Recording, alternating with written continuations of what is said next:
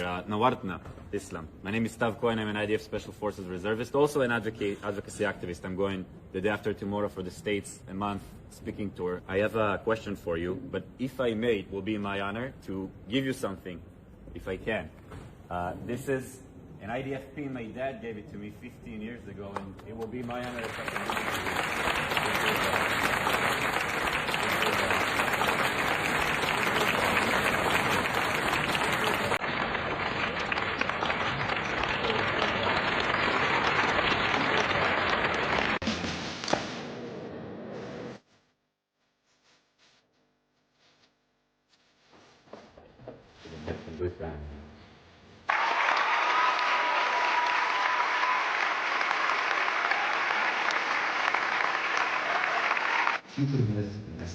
Your younger friends.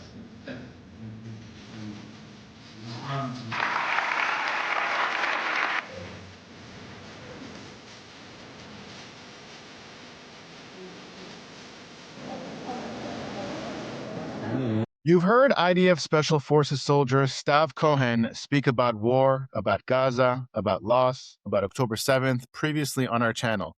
But recently, Stav spent a lot of time with someone who grew up on the other side of that war, Mosab Hassan Yousef, the son of a Hamas founder. They didn't just share a stage, they spent time together before and after 5 recent events, talking privately, reflecting, comparing experiences. Today, we're not talking about the battlefield, we're talking about what Stav learned. Stav, welcome. Thank you, Daniel. Welcome back, actually. Thank you for the honor. Can you walk us through how you went from being a member of the audience at a Mosab event in November to being on stage with him for another 5 events that you conducted together? Absolutely. So a night after I finished my 4th round of reserves fighting, I managed to get a ticket last minute before the show started. And here I am sitting front row. I got the permission to ask a question at the end of the lecture. And then I was like, Mosab, I have a question for you, but before I'll do that, may I give you this? This pin is actually an IDF pin. My father gave it to me way back, like 14 years ago. It is pretty cheap and it's very simple one, but the value of it for me, it's huge, because my dad fought in the 1973 Yom Kippur War as well. And he gave it to me and I kept it safe for all those years. And I see Mosab as a fighter, just like me. Not just like me, in his own way, fighting for the truth, putting his life on the line. And I told him that I will be honored if he could have it. So I gave it to him and then asked my question. And someone from the audience filmed it, posted it, and the video went extremely viral. I've seen so many people keep reposting it again and again and again. It hits million of views. And then his agent called me when I was in Dallas, Texas, giving a lecture. And she told me, Stav, I love what you did there. And I love your work. She saw my Instagram and I want you to interview Mosab when you're coming back to Israel. And, it was like a dream coming true. Think about it. One moment, you're just a guy who grabbed the ticket last minute to see the audience asking for a question. The next thing I know, I'm literally sitting with the son of Hamas, Mosab Hassan Yousef, the Green Prince, on stage in front of 1,100 people, interviewing him, asking everything that I always wanted to ask him. It was like a dream coming true, seriously. And then it was so well. She booked me for another one and another one. And here we are. Just last night, we finished our 5th speaking events in less than a month. And he gave me back the pin. He said, I'm giving it back to you with honor because you honored me. But now I'm asking you to give this to your future son because it's got to stay in your family. And he really, really, really deeply care about respect, about honoring the person that is in front of them. And it was very moving. And that's it. Now I'm saving it for my son. Okay. What were your expectations walking into those interviews with him? Well, first interview, I was like, all right, Mosab, good evening. What's up? We drank some coffee backstage. And then I was like, you want to run through the question? And he said, there's no need. You're good. And I was like, are you sure? I'm going to ask some pretty intense personal questions, complicated questions. And he said, do it. So it was, I mean, it's not my first rodeo. You know, I had interviews, but no one has ever told me, like, go free at it. He never knew a thing that I'll ask. And every single event, I ask different questions from his childhood to through the relationship, his relationship with his dad, the moment that he finally admitted to his dad about being an undercover agent for 10 years working for Israeli Shin Bet, about moments which he almost died, about moments that he physically died. He had no pulse. And then they got him back into life. This person is just absolutely has an incredible life story. What surprised you most about him, not on the stage, but off stage? Off stage, I was surprised to see that he's exactly like what you see is what you get, you know? He's extremely respectful, very calm. He has a great personal connection with whom he speaks. So many fans, I'm talking about literally dozens and dozens and dozens of fans came again and again backstage to his car, trying to get an autograph, a picture. Doesn't matter who it is, doesn't matter what time was it, even if he hasn't drank a sip of water or didn't use the bathroom for hours, he always stood firmly, shaked hands, looked them in the eyes. I was kind of surprised to see that even he's an A-list star for so many years, he's still so into it, into the person that is in front of him. You know, mostly the A-list stars are like running away to their car and driving off, which is okay. You know, I get it. But not this guy. Every single event, after every single event, when we had soldiers of IDF, parents of IDF fallen soldiers, he stayed with them. He talked to them. They gave him some stickers, you know, of their fallen son or fallen daughter. And he always gave them the honor. Was there a moment backstage when you realized, wow, this man sees things very differently than most people do? Absolutely. It hit me last night on our fifth event. Before we went upstage, we had the producer came and they were like, Stav, Mosab, 5 minutes. And then we kept talking. And he told me, listen, I don't think in terms of 10 years, 50, 100 years. I'm thinking in terms of eternity, you know. And it is crazy to think way beyond your lifetime.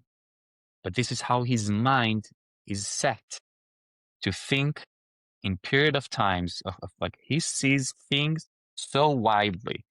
Strategically, he can give you like he can bring the puzzle together of like the Muslim Brotherhood in Egypt, of Erdogan in Turkey, of Russia, of Iran, Qatar, Mamdani, Mahmoud Abbas.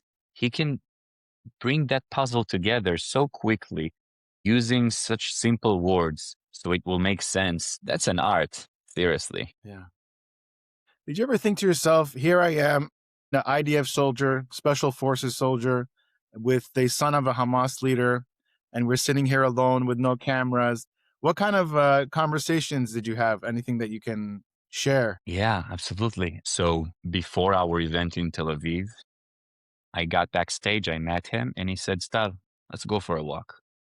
And we went out for like 45 minutes. We walked in the streets of Tel Aviv before the show began. And we're talking about Iran. We're talking about Abu Shabab militia in Gaza. We're talking about Muhammad Def, anything. And then I was like, you know, Musab, something came to my mind last night. If you wouldn't change your way, you know, if you wouldn't turn against your own family, against Hamas, then my mission as a Special Forces reservist was probably meeting you in the battlefield. And your mission would be to make sure that I won't get out of that battlefield. And he said, he looked me in the eyes. He has a very strong eye connection. You know, he looked me in the eyes. And they didn't say a word for like 10 seconds. And then, maktub, ahoy, maktub. It's all, faith is written. It's not a coincidence, you know. Maktub. Yeah, he believes in maktub. So do I, you know, in faith. Did anything he say challenge something that you believed yourself? Yeah. I have my Muslim friends, you know, on Arab friends here in Israel. And I don't know how to think like an Arab because I'm not. I'm Jewish, a grandson to a Holocaust survivor. but he does. He knows how they act, how they operate, their state of mind. And he told me not all of them, but many of the Israeli Arabs, well, first of all, they have 400,000 illegal weapons in Israel. This I did not know. So out of 2 million Arabs in Israel, we have every fifth Arab is holding illegal weapon. And he told me that many of them are just waiting to turn against you, and some of them, not all of them, can never be trusted. And it made me look things kind of differently. So, yeah, we do have many great Arabs here in Israel, which are not even our allies, they're part of us. They're one of us. Some of them, however, are just waiting to turn Israel to Palestine. So he's not naive, if it makes sense for you. You mentioned Iran. Are you able to explain what his view is of that conflict? Well, yeah. Just my personal opinion, I'm not his spokesperson, but basically, I asked them, Mosab, reports are showing that over 30,000 people have lost their life in Iran. Actually, an Iranian follower of mine sent me a video of fire trucks washing down the street because it's just filled with rivers of blood, right? What do you think, Musab? I asked him. Should we strike? Should the US, should Israel strike Iran? Should we eliminate Ayatollah Khamenei? Musab, he had a interesting, deep, long, wide answer. So it's not a matter of yes or no. At the end of it, he got to a certain place that he said that he believed that if we will attack right now, after we lost our chance in the 12th day war with the midnight hammer of B2s, Trump's B2s, if we'll strike now and we will kill him, we will make him immortal. How do you say it? I'm sorry. Immortal. And if there will be a vacuum of regime in Iran, then 90 million people could possibly start fighting each other. And guess who they'll blame with all the casualties, with all the chaos and the destruction? Of course, Israel. He says that we're not Iranians, although he does support them as basically innocent civilians. He says that we should not, at this point, interfere, and they should manage their own business, and we should support them from the outside, however we can. But he says that revolution must come from within and not from the outside. Again, this is just my personal opinion. This is what I got. Yeah, the reason why I ask is because it seems like his opinion on Iran has evolved over time. And some people are confused of what is he actually believing. It's just a matter of period of time. What was right during the 12 days war is just simply not relevant these days. He said you could have taken him out, Khamenei, in the name of, the nuclear weapons or the ballistic missiles or the targeting civilians indiscriminately. You could have back then. You didn't. You lost your chance. Now it will create just more chaos. He does say, cut his wings, if it makes sense for you. Like, don't let him fly, but if you'll kill him in the Islamist state of mind, it will only make him stronger. What do you think that Mosab understands about Hamas that most journalists completely miss? Not only journalists, but also governments. On October 6th, head of security in Israel, head of Secret Service, Mossad, and Shin Bet and IDF, they all thought, many of them, the senior commanders thought that Hamas are threatened and they don't want anything to do with war with Israel right now. And this is the conspiracy, this was the conception that they held. And Mosab told me something backstage. He looked me in the eyes, very deep into my eyes, and he said, listen, a terror organization can never be threatened. As long as they're alive, they're good to go. The state of mind that he acknowledged is a different state of mind of the Western thinking. There is no peace. There is no conflict. There is no solution. There is no humanitarian ceasefire. There is tribes. There's your tribe and my tribe has to fight your tribe for three things: land, power, dignity, and that's it. And if I make peace with you, it's only because I'm tricking you or because I'm weak. Now, you've fought Hamas physically. Mosab grew up in it psychologically. What did you learn from that difference? I always met the terrorist in the battlefield after they're on drugs, eyes insanely red. You can shoot them in one shoulder. They'll just grab the weapon with the other hand. They'll start shoot you. You'll shoot the other shoulder. They'll run towards you and they will bite your neck. He gave me a peek to the backstage of Hamas's DNA, the mentality of its creators, It's way bigger than I thought, not just in terms of number. It's way deeper than I thought. Nowadays, Hamas is not just a terrorist holding an AK-47 and shooting towards civilians in Jerusalem, murdering as many Jews as they can, because then that person will be shaheed, which is the greatest honor that he can have, and then the Palestinian Authority will pay to his family. By the way, Abu Mazen, the head of Palestinian Authority, even once not long ago said, even if I'll have $1 left, I will give it to our prisoners in the Israeli prison. So the shaheed who didn't die while they're trying to murder Jews. So what Musab allowed me is to understand better, I wouldn't say completely, the true state of mind behind the brain of Hamas. Hamas these days is very strong for one reason. It's way over just a militant group.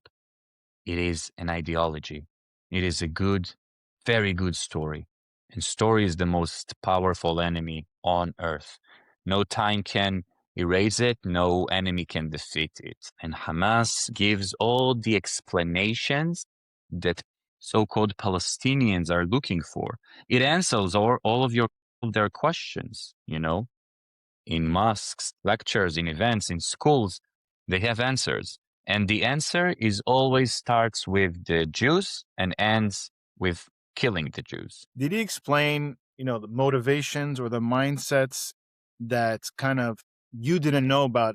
I know you touched on some, but was there any other things that kind of enlightened you about Hamas's mentality and motivation for what they do? Yes, it's hard to break it down into actual points, but that person, Musab, he sat behind closed doors with the most powerful, dangerous people in the Middle East. He met face to face and spoke many times with, for that matter, Marwan Barghouti.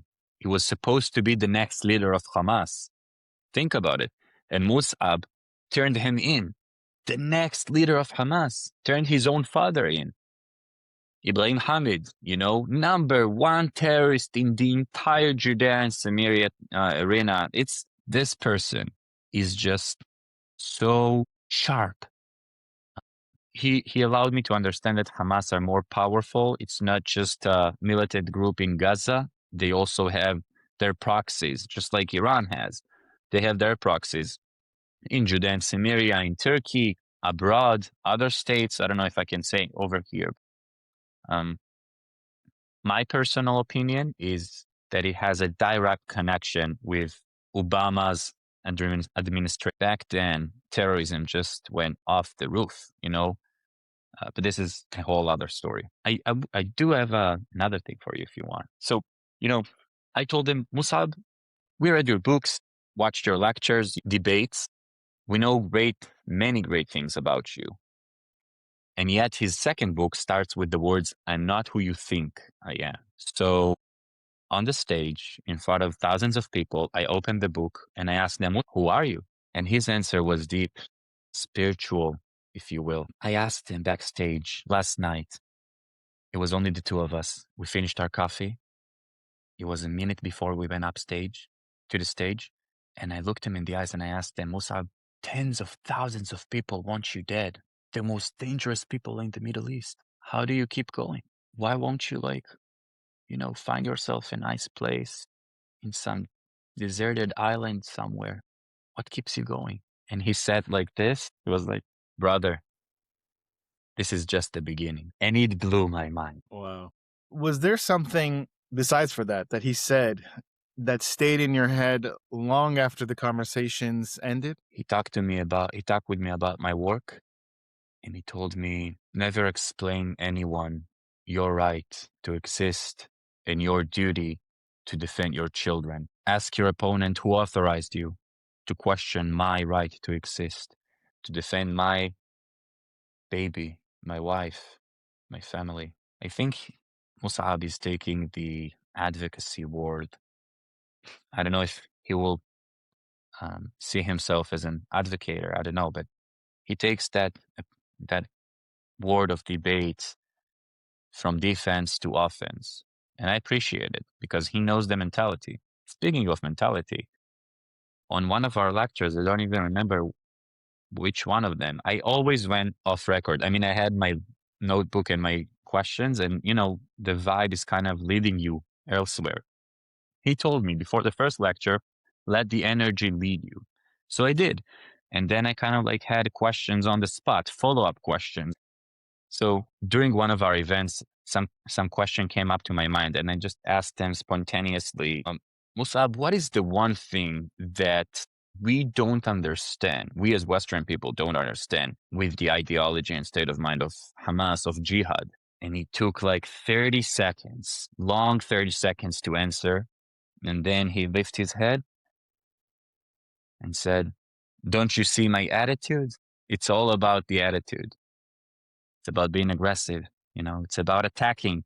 If you're standing on as a goalkeeper, trying to keep the balls away from your goal, some of these days, one of them will go through. You have to attack. And this is what he does. And I appreciate it. Did they take questions from the audience as well? Or was it just you asking? Every single time we took several questions from the audience. Yeah. Were there any questions that kind of you're like, oh, that's a good question, or an answer that he gave? Well, there was one guy named Stav. I think that, to sum it up, all of the questions, we're talking about dozens of them in 5 events, right? All of them was about hope, strength, and power. I realized that people not only came to hear his insights, because if they wanted his insights, they could just read the book, one of them, or read some, or watch some lecture of his. They wanted the energy. They wanted his power. They wanted to be inspired. So he gave them that. Every single person who was there, I'm sure he was inspired, whether that person agreed or disagreed with his opinions, which are, according to him, let's say it, as you know, not politically correct. Did Mosab help you understand how people in Gaza become radicalized? And if there's any hope for that? Yes, he did. It took me through the process of a 5, 6, 7-year-old kid.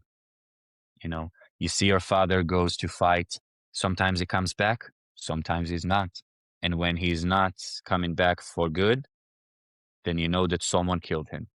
And they're telling them in school, the kids, that their parents are heroes and, it's a resistance and they're freedom fighters. And their parents' dad had fallen for Allah, is Shaheed, and they're getting money and respect. So what else? What other reality could they possibly see? So they see the word in a very specific way. And then I kind of like interrupted him and I told him, listen, Musab, I know what you're saying. But a few weeks ago, when I was on my first round of reserves and we were looking for this terrorist and we couldn't find him and his children woke up and the 8-year-old daughter and the 6-year-old boy cried, I took like my 30, 40 seconds, went over them, kneeled, took off my helmet, took off my face mask and said, Khafish, it's okay. Don't worry. My name is Stav. What is your name? We played some high five game. It was like 30, 40 seconds. But I told him, Musab, it's your fault because you showed the world that there is another way, that this 8-year-old daughter of that terrorist, one of these days, yeah, she could turn 18 and go to Columbia University, put on kafia and support Hamas and fundraise money for them. But she can also turn her back to terrorism and choose life, just like you did. So it's your fault that I'm having this hope because you showed me that there is another way. Yeah. What did he say about the fear inside the Hamas society that people outside don't see? The fear that's in Gaza about Hamas? He told me many people around Gaza or Judea and Samaria even if they'll oppose Hamas, they would never have the guts to say it because, the only place that an Arab can open his mouth in the Middle East is at the dentist office. So the last time Hamas had elections, it was some 20 years ago. And these days, most of the people under Hamas ruling never chose them. So he knows plenty about exactly how Hamas keeping their men, their people, just where they wanted them. Life is irrelevant. Just a few days ago, I posted a video of a Gazan mother celebrating, doing the celebrating fourth son being killed as a terrorist, celebrating it because she believes in in the afterlife, and she's thinking that her son is now in heaven. And Mosab told me it is very hard to persuade as an undercover agent. It's very hard to persuade people that don't live their life for this life. It will all pay off next life. He opened me up. He got me realize that I wake up in the morning and I think like, how can I make my wife happy? And how can I make them best out of this day? But they're waking up in the morning and they're asking themselves, how can I murder as many Jews as possible? Because they don't live in this universe, in this world, in this life. And this is what truly, how didn't I see that? Sometimes you can understand something, but he just makes it he takes that understanding of yours and just make it deeper and wider. They do not live for these lives. They're willing to do anything, pay any price necessary for next life. This is absurd, How hard does it make it to fight an enemy who doesn't mind to be killed and to kind of think that, this is what God wants from Allah wants this from me. This is my mission. Commands this from me. I'm not doing something bad by killing them. I'm actually doing something good by killing them. So just in general, it's something that boggles my mind, and how that mentality could be erased from this Gazan population is probably, does he think there's any hope for it? Or he does have a solution, very unique and let's say original one. He thinks we should open Gaza completely to the world, meaning some 100 and something countries are recognized Palestine these days. Who knew? So they have Palestinian passport. All right, go to Turkey, go to, I don't know, Germany, be German, go to France, be French, get rid of the identity of the Palestinians, because according to what I understand from him, the Palestinian identity is a victim identity, and it gives legitimacy for terrorism, aka Hamas. So get rid of that term, modern term that some people took as if it was a historic one, Palestinians. Get rid of it. They better off in Turkey. They better off in Germany. They better off in England. They better off in Sweden. Correct me if I'm wrong. They're living in rubbles, in tents in Gaza under Hamas rules. So get rid of it. That's actually pretty interesting. He's very, he knows all of the numbers regarding the money with the Trump's peace plan. He gave me calculation by the dollar, right? And he actually showed me how you can gives even a family with 10 kids so much money just to move and start a new life, better life. It will be better off for everybody. So willingly make them want to move, give them money, which Trump is planning to spend either way. Yeah. Now, did spending time with Mosab change the way that you see the conflict? Yes. One thing he said was, if you consider yourself as a Muslim, you must believe in jihad. And then I immediately thought about Mamdani, about him sworn an oath to his position as mayor in a tunnel with his hand against the Quran, doing the Nazi salute. And then I came to realize, what is Muslim these days? Now, in 2026, when you identify yourself as Muslim, what does it mean? Because when you identify yourself as a Jew, everyone knows what it means. You'd never had a Jewish empire, like you had I don't know, all over Europe. No, Jews wanted from day one, 4,000 years ago, until this very day, one thing and one thing only: to live in our homeland as Jews safely. That's all we ever wanted. We don't have the concept of jihad, but Muslims do. And these days, many modern Muslims, according to what I'm understanding from Mosab, are tending to be radicals.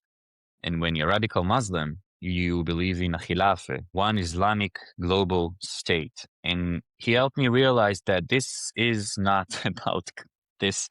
This conflict is not about this conflict. Nobody gives a damn about Palestine or Israel, for that matter. They don't care about it. It's not about that. It's about globalizing Islam. Convert every single kafir, every single person, man or a woman, who's not converting to Islam, convert them. And if they're not converting, make them to pay skull tax. And if they're not paying skull tax, then by the name of Allah, you have to murder them because they're kafir. You know, he made me realize that this is merely just a distraction. Seriously. And when Europeans and some Americans are supporting the so-called Palestinian cause, they don't know that they're digging their own grave as they do that. Did it change how you think about the future of Israel, future of the world? Yeah.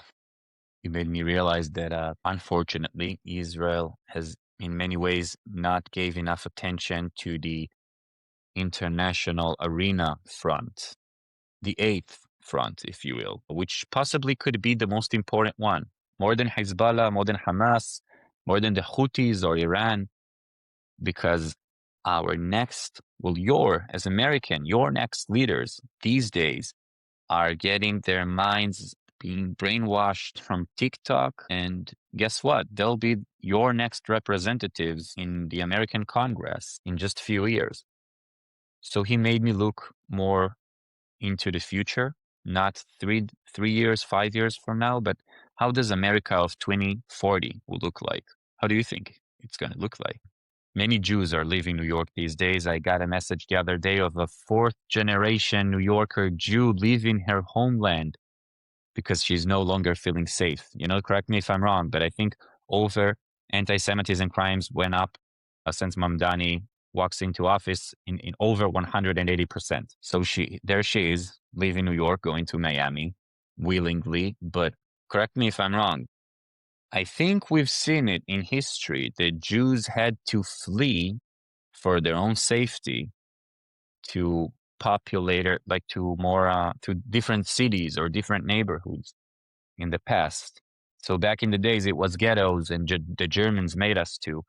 But nowadays, it's happening like in a modern mirroring for 19th. Musab made me look things wider, bigger, see the bigger picture, not just in terms of globaling, in terms of time.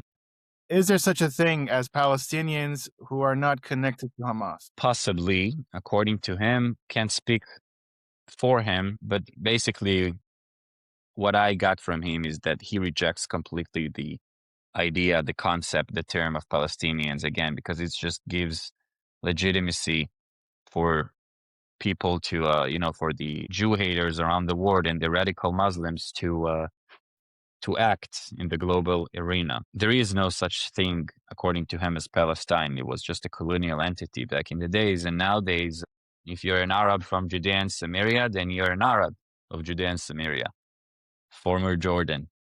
And if you're from Gaza, then you're a Gazan. What does it mean, actually, to be Palestinian? What does it mean? My grandmother was a so-called Palestinian, had a Palestinian passport. Does that make me a Palestinian? What does it mean? UNRWA make sure that they will keep the refugees for eternity. And when you're a refugee, you have so much legitimacy to resist, so-called. And by the name of resistance, they hijacked kids, burning them, murdering them, sacrificing them. In some way, when he says, what he says is that the concept of Palestinians could very much be the root for our problems these days. So how important is Mosab when it comes to our PR nowadays? Meaning, we as Jews, Israelis, can say something, But when it's coming from Mosab, it seems like it takes on more importance, or it's listened to even more.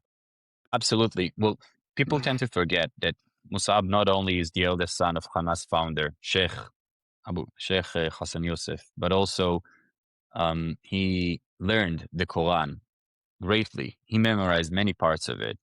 And he gets the mentality, the Islamic mentality, from so different many angles, you know. So when he comes and say that Palestine does not exist and this is just an excuse and a legitimate source for committing crimes, he knows what he's talking about. When he says that if you want to have a solution, that it's got to be from the roots and not just cutting the leaves, he knows what he's talking about. Now, you risk your life on the battlefield. Mosab risks his life by speaking. Which kind of courage do you think is harder? Good question. You know, just last night, I asked them again from the top of my head. We're like sitting in a place on a hall full with people. More than 1,000 people are in the audience, and I'm asking them. You know, Musad, when I go into my missions, I have my vest, my helmet to keep me safe. I have my rifle. I have 7 to 8 friends that will be willing to die just to save my life. But your missions are your life. Day after day, you woke up in reality that no one knows that you're undercover. You went below the ground, behind closed doors, with the most dangerous people in the Middle East, when your only weapon was your mind, and no one to keep you safe, no one to save you. Were you afraid? And you told me, brother, there are many worse things that could happen to you rather than dying. And this is again what made me think he don't see this life as that life and that's it. He sees it bigger. He serves, I would never forget him. He told me backstage, he told me, I'm serving a greater cause. And when we in Hebrew, as Jews, we call it shaliach, you know, like a messenger, if you will. So when you're serving a greater cause, I guess you're just not afraid. Do you think people actually understand the heavy price that Mosab pays for speaking Nope. the way he does? No one. No. And, you know, I was like, well, thank you very much. Which is no longer my name, no longer my identity, no longer my family's name, but I'm still stuck with it. No, he has a different identity. And the price he's paying is beyond what you could imagine. I want to respect his privacy, but I'll tell you this, I can't even say this. You can only imagine. You can only imagine. Think about it. Think about it. The most dangerous people in the Middle East want you dead. They declared that you are kafir and you must, in the name of Allah, must die. You're sitting in a restaurant. This is not something he told me. This is something I can imagine. All right. You're sitting in a restaurant. You're Mosab Hassan Yousef. Are you even sitting in a restaurant? Can you go out in public without like 10 security guards?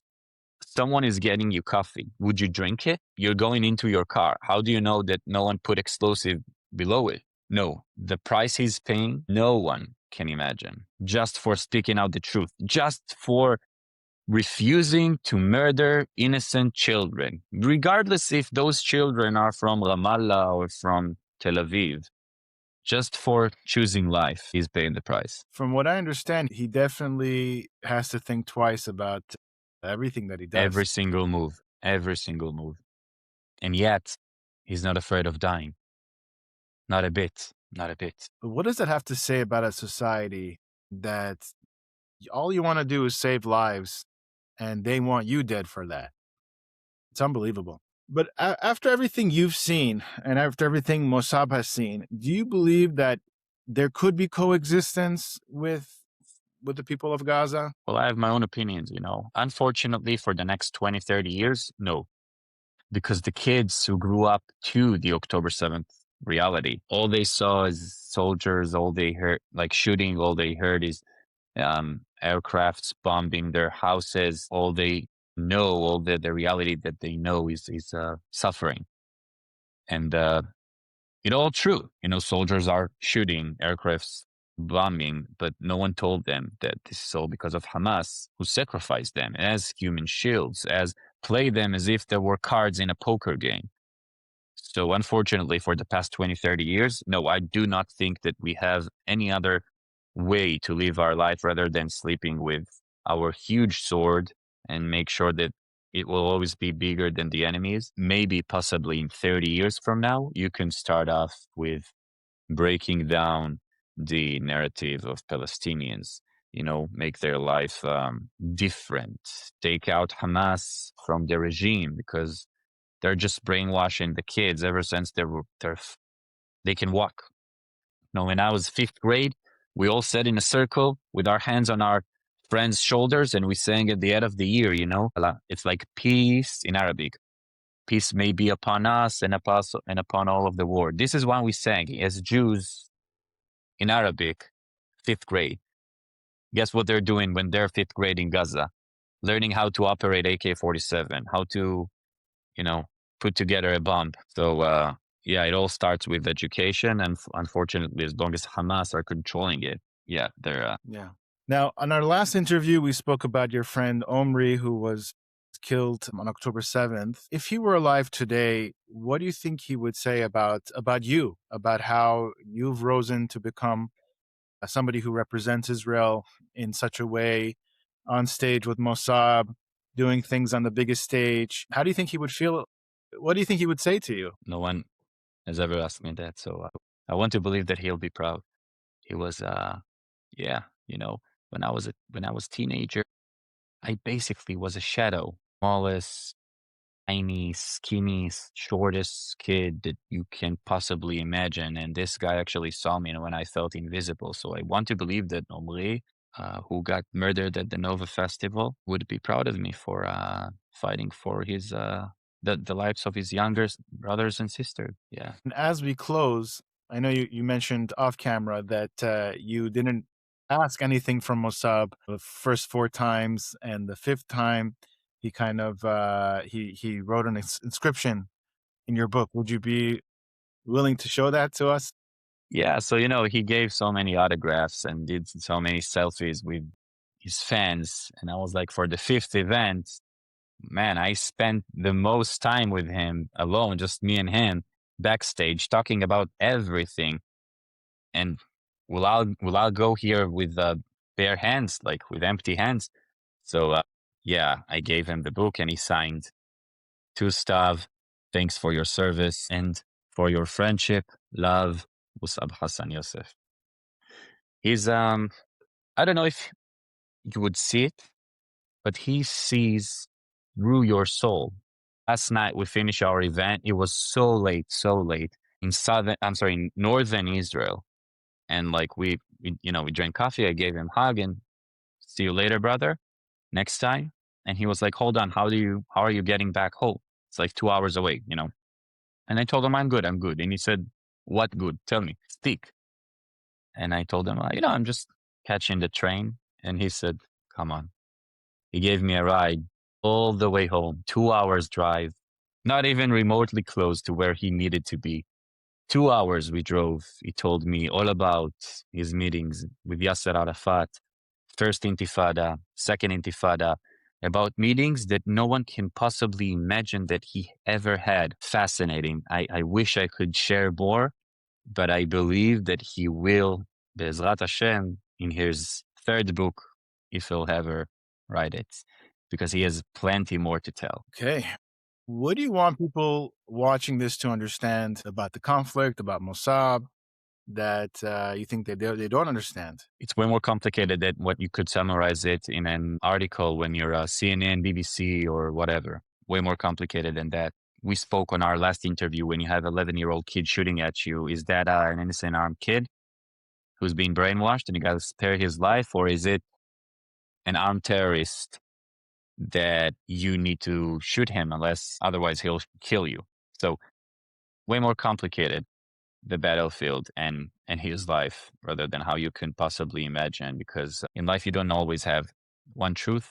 Sometimes you do have 2, 3, 4 truth taking place in the same time.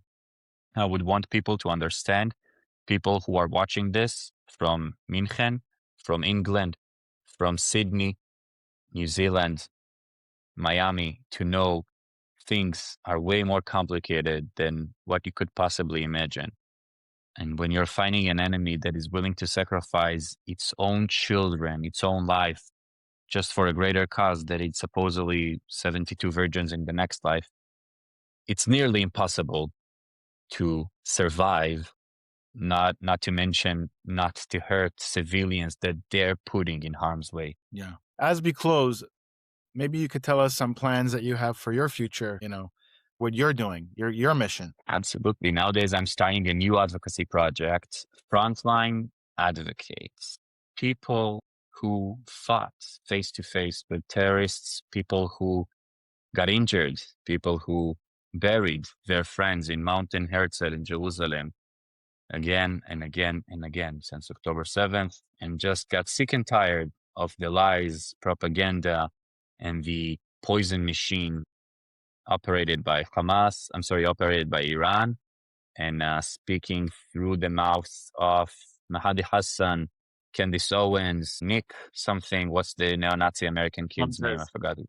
Fuentes. Yeah. Tucker Carlson. So thank you. CARE, it's something I don't get. CARE, it's like unbelievable. So we're training them with public speaking, debating, international law, history, many, many other tools. And we're sending them to debate those haters, those Jew haters, those mouths to hire by Qatar, because it's time to go just like Mosab is doing, from defense to offense. And people could follow you on Instagram to catch up with you. Stav Cohen _Hayel. I'll be honored if your amazing crowd, your amazing viewers, your amazing followers would be a company in my own journey. This is a great time to thank you for giving the voice to me. I'm just a soldier, and this is why I'm so important. This is why it's so important, because I'm just one soldier out of many. This is why what you're doing is so important. You're bringing the truth, the voice from the battlefield to the war. And thank you. I appreciate all of your work, and Rat Hashem, may your work will allow you to respectfully support your family and do nothing else but this, because this is the most important thing that I could possibly imagine. I agree 100%. Thank you. The pleasure is all mine. Okay. Until we speak again, thank you. Take care. Bye. If you have a 401k or an IRA, please listen. Gold is at record highs. What many people don't know is this: you can move part of your retirement money legally and without tax penalties into physical gold you actually own. Alpha Omega Gold helps you do this through a gold IRA. Your gold is real. It is stored safely. It is in your name. Learn more at ao.gold/stand. Alpha Omega Gold is our sponsor, and they proudly stand with Israel.